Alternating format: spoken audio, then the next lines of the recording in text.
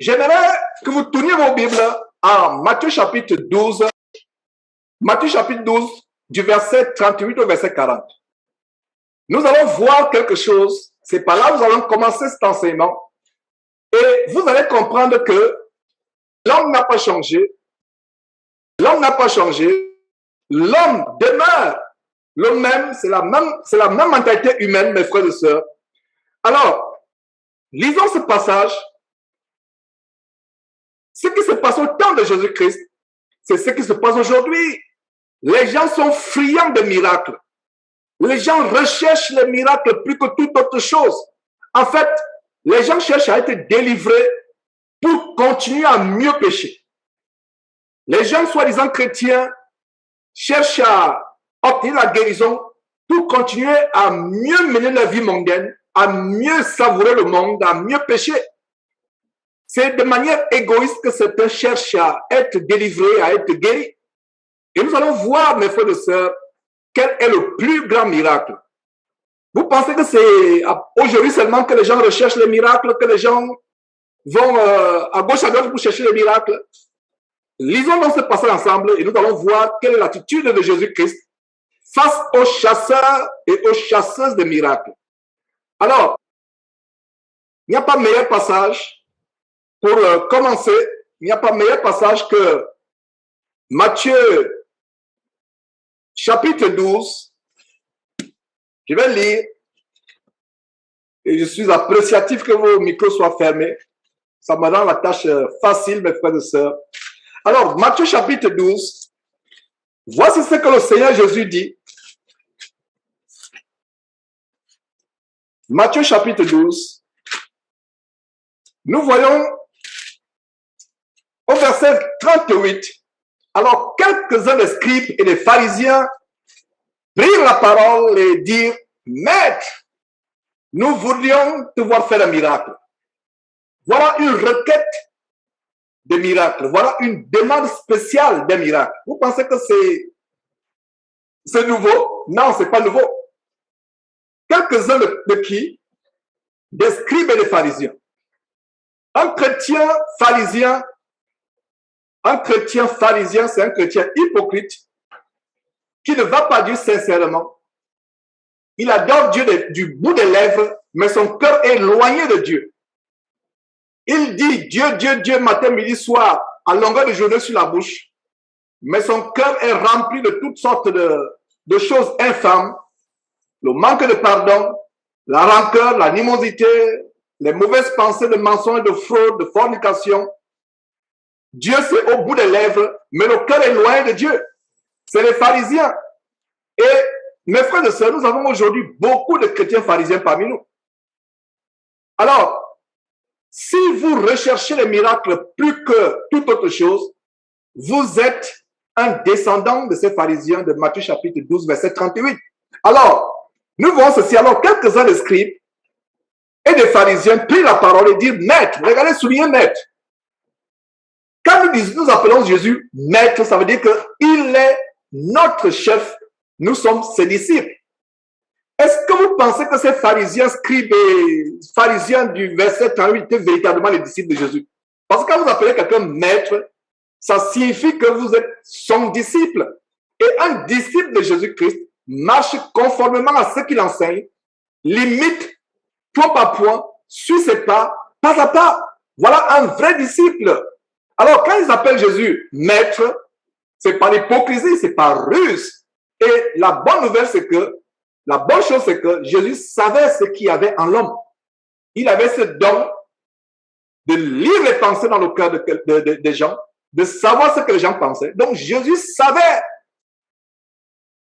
que ces gens étaient hypocrites, ils étaient malicieux, rusés, qu'il n'y avait aucunement dans leur cœur l'amour de Dieu, l'amour pour Jésus-Christ, l'amour pour l'évangile de Jésus-Christ. Ils venaient par ruse. Ils venaient par ruse. Alors, qu'est-ce que nous voyons donc? Alors, quelques-uns des scribes et les pharisiens prirent la parole et dirent, « Maître, nous voulions te voir faire un miracle. Un miracle. » Voyons ce que Jésus répond au verset 39. Jésus répondit, Très bonne demande. Je m'apprête à vous faire le miracle. Ou alors je vais programmer dans une semaine une nuit spéciale de miracles. C'est ce que Jésus a dit.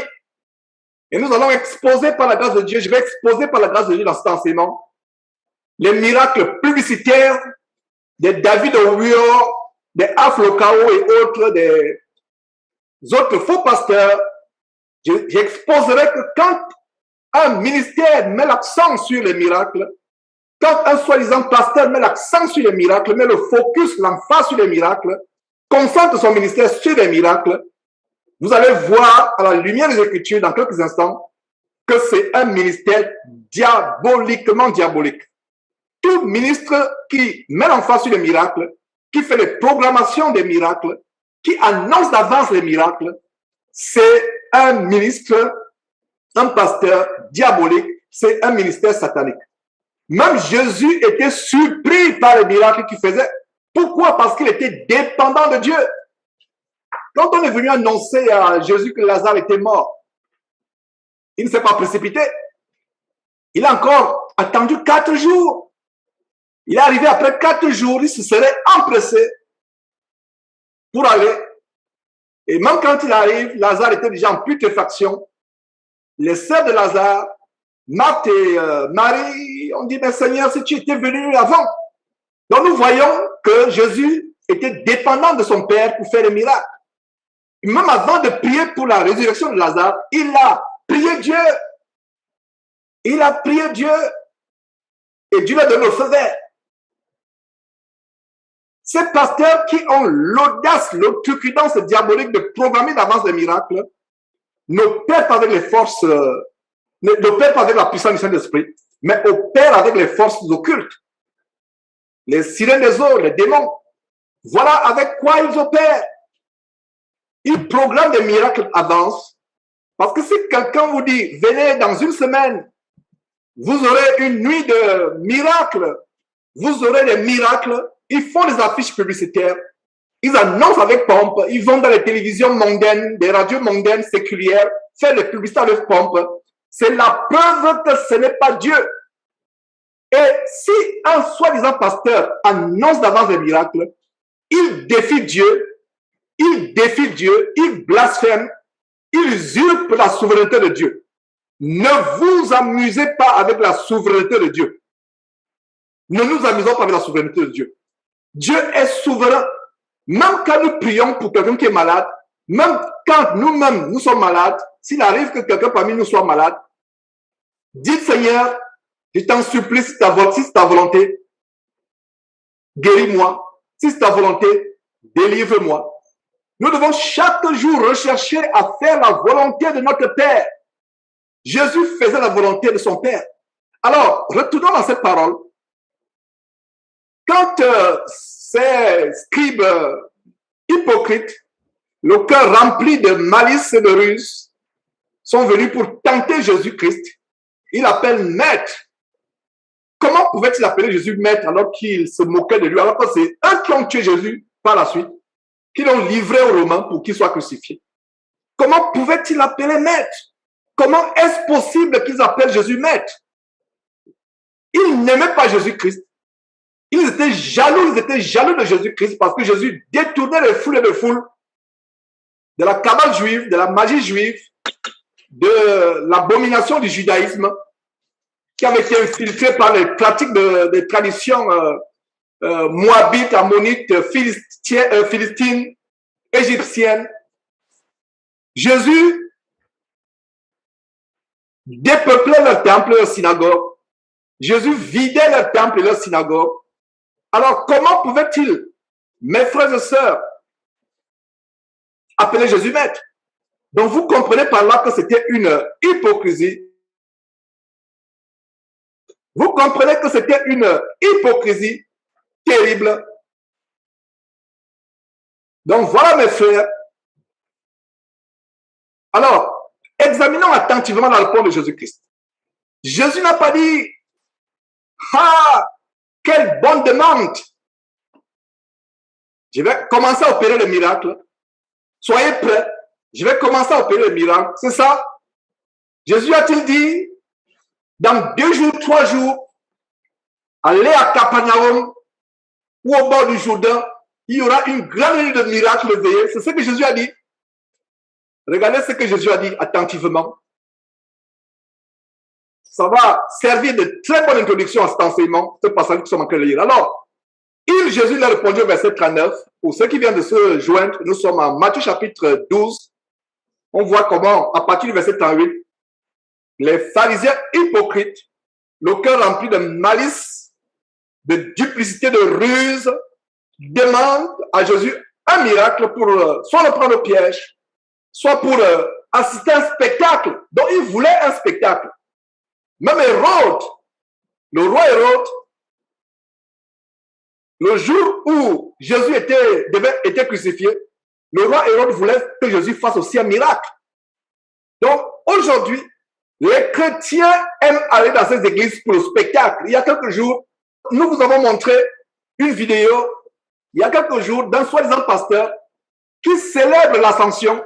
Il se fait tirer vers le haut par une corde qui le fait disparaître dans le plafond. Jésus est monté au ciel, lui va s'enfermer dans un plafond. Il monte pour s'enfermer dans un plafond. C'est terrible. Et si quelque chose lui arrivait à supposer que cette corde se coupait, il retombait sur cette foule ébahie, émerveillée.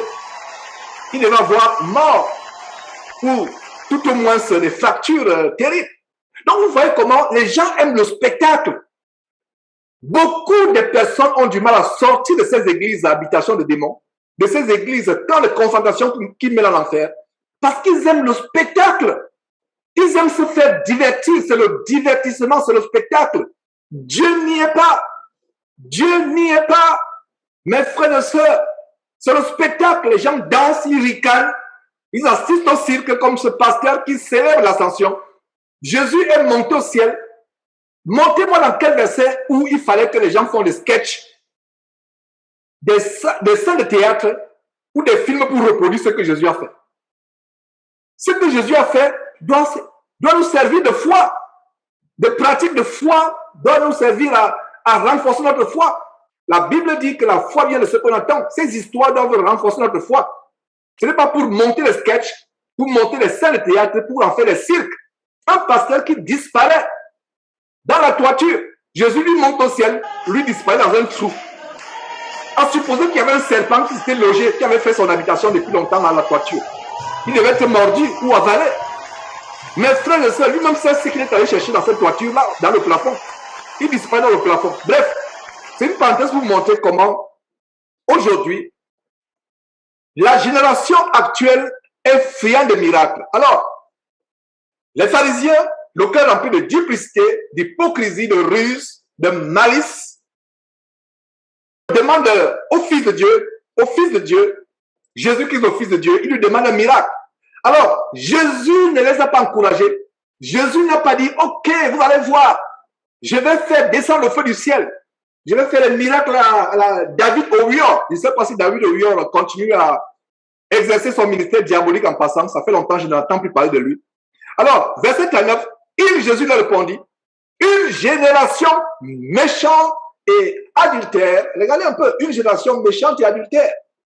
Une génération comment? Méchante et adultère. Voilà. Soulignez cela. Une génération méchante et adultère. Voilà comment Jésus décrit ceux qui chassent les miracles, qui recherchent les miracles. Génération méchante, adultère. Voilà comment Jésus s'adresse à eux. Une génération méchante et adultère demande, recherche les miracles. Demande un miracle. Voilà. Il n'y a rien de nouveau sous le soleil.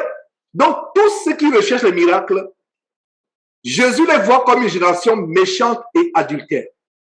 Ils ne veulent pas être transformés. Ils ne veulent pas être délivrés du péché. Ce qui importe pour eux, c'est les miracles, c'est être épaté, c'est être éberlué.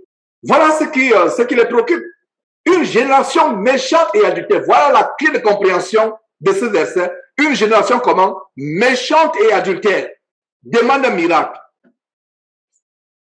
Notre vrai miracle, comme on va voir, je l'annonce déjà, c'est le miracle de la repentance et de la délivrance du péché.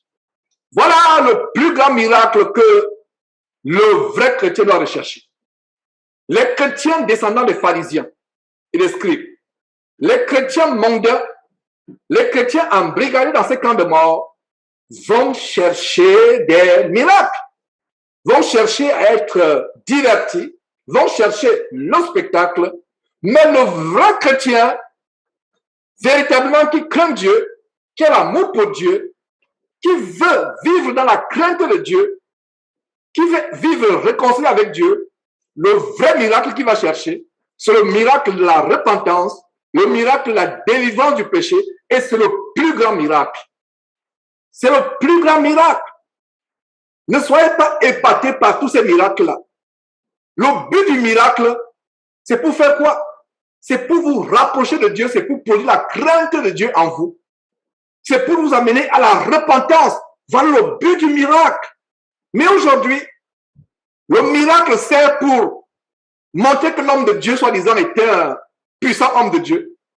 C'est pour attirer la gloire sur soi-même. C'est pour attirer le regard sur soi-même. C'est pour usurper la gloire de Dieu et la gloire du Seigneur Jésus-Christ, le Fils de Dieu. Voilà ce qui se passe aujourd'hui. Le vrai miracle doit être un moyen pour amener les gens à la repentance. Quel est le plus grand homme? Jésus disait que de tous ceux qui sont nés de femmes, il n'y a pas quelqu'un qui soit plus grand que Jean-Baptiste. Combien de miracles Jean-Baptiste a opéré? Les miracles en termes d'émerveillement, en termes mondains, séculiers, en termes de spectacle. Combien de miracles Jean-Baptiste a opéré? Zéro miracle, mais Jean-Baptiste, il est dit de lui, et c'est le Fils de Dieu qui en témoigne de son cousin dans la chair. Mais la relation charnelle n'importe pas. C'est pour votre instruction biblique que je vous précise qu'ils étaient cousins. Mais cela n'importe pas. Jésus rend témoin de Jean-Baptiste en disant que de tous ceux qui sont nés de femmes, il n'y a pas quelqu'un qui soit plus grand que Jean-Baptiste. Jean-Baptiste a fait combien de miracles? Aucun. Mais en réalité, pour vous et moi, nous savons que Jean-Baptiste a opéré le plus grand de tous les miracles, à savoir amener les gens à la repentance, à fuir le péché. Et même quand il les amenait à la repentance, c'était avec des termes durs. Il n'était pas doux. Race de vipère, leur disait-il, qui vous a appris à fuir la colère à venir. Produisez donc les fruits dignes de la repentance, dont les gens se repentaient, allaient vers lui, se faisaient baptiser. Aux yeux du monde, ce n'était pas un miracle, mais aux yeux de Dieu, voilà un grand miracle, amener quelqu'un à la repentance. Beaucoup de gens qui ont été guéris, soi-disant par les faux pasteurs, beaucoup de gens qui ont retrouvé la guérison, qui ont retrouvé la santé, beaucoup de gens qui ont même été ressuscités les morts, se retrouveront en enfer, se retrouveront en enfer éternellement. Même Jésus, en Luc chapitre 10, on a vu il y a une semaine, je crois, ou quelques semaines, quand les disciples venaient, il les envoyait deux par deux, 70, il les envoyait à travers les bourgades des villes pour prêcher la parole. Jésus ne leur a pas dit qu'il ferait le miracle. Jésus leur a seulement dit, allez prêcher la bonne nouvelle du royaume de Dieu. Ils sont partis, mais arrivés là-bas, ils ont vu un miracle qui les a émerveillés, à savoir que les démons leur étaient soumis. Les démons sortaient certainement des gens. Les démons se manifestaient leur peur. Les démons étaient soumis. C'est avec la parole qu'ils prêchaient avec puissance que les miracles se produisaient. Quand vous prêchez la parole de Dieu, vous n'anticipez pas les miracles. Les miracles aujourd'hui ont pris le devant. La parole de Dieu est derrière, les miracles sont en avant. Les miracles sont l'accomplissement de la prédication. Les miracles sont l'illustration de la prédication. J'aimerais qu'on comprenne cela. Les miracles ne doivent pas remplacer la prédication. Il y a des gens qui viennent dans les stades sont pleins. Parce que les gens ont soif des miracles, surtout en Afrique où il y a la misère. Les gens sont malmenés par la sorcellerie. Les gens ont des vies misérables. Alors, Ces faux pasteurs ont pion sur eux. Pourquoi? Parce que les gens ont des vies délabrées, soit par la sorcellerie, soit par la misère, le chômage. Alors, ils vendent l'illusion. Il y a certains qui portent des maladies qui sont inguérissables. Ils vont donc sur ces pasteurs. Grande croisade de miracles. Ils annoncent eux-mêmes des croisades de miracles dans un stade. Le stade est plein. Pas d'évangélisation, pas d'enseignement, pas d'évangélisation, pas de parlement, pas de verset. Mais ils commencent à faire leur cinéma. Et c'est là où vous voyez, mes frères de sœurs, la preuve que c'est les démons. Alors, retournons à ce passage et voyons, mes frères de sœurs, ce qui est dit. Alors, quelques-uns des scribes et des pharisiens prirent la parole et dirent, Maître, nous voulons te voir faire un miracle. Donc, ils voulaient un spectacle. Ils voulaient être divertis. Ils voulaient passer du bon temps. Beaucoup de personnes vont dans ces églises pour se divertir. Qu'est-ce que le pasteur va encore faire aujourd'hui? Pasteur entre guillemets, qu'est-ce qu'il va encore faire? Alors, Jésus leur répond au verset 39. Une génération méchante et adultère. Voilà comment Jésus le décrit. Et cette génération est devenue pire 1000 fois, 100 000 fois, 1 million de fois, 1 milliard de fois pire que celle au temps de Jésus. La génération d'aujourd'hui est devenue pire. Mes frères et sœurs, infiniment pire. Génération comment? Méchante et adultère. Ils ne veulent pas être délivrés du péché. Ils ne veulent pas se réconcilier avec Dieu. Ils utilisent Dieu comme une prostituée utilise un client. Ils veulent de Dieu la guérison. Ils veulent de Dieu les biens matériels. Ils veulent de Dieu les choses pour soigner leur vie. Mais ils détestent Dieu dans leur cœur. Une prostituée n'aime pas son client. Une prostituée peut même étrangler son client parce qu'elle sait qu'elle est là. Elle déshonore son corps pour de l'argent. Une prostituée ne peut pas aimer son client. Une prostituée, j'avais fait un enseignement intitulé Chrétien prostitué. Je ne sais pas si quelqu'un peut retrouver cet enseignement.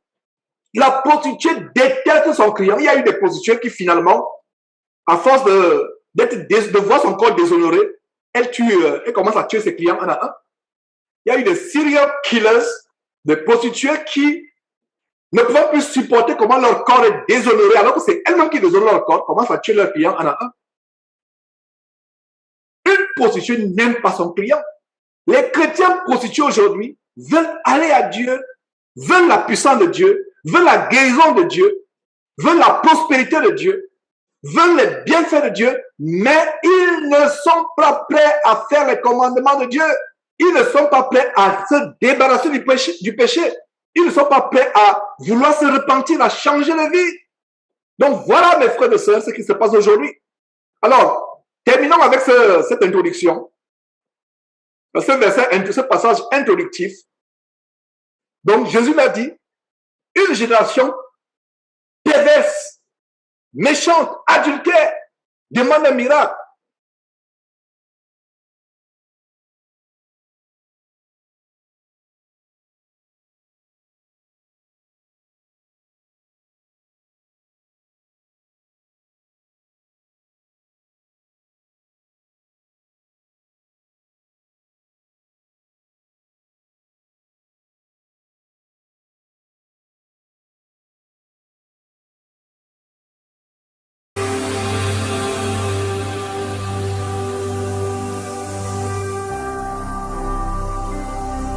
Jésus-Christ TV,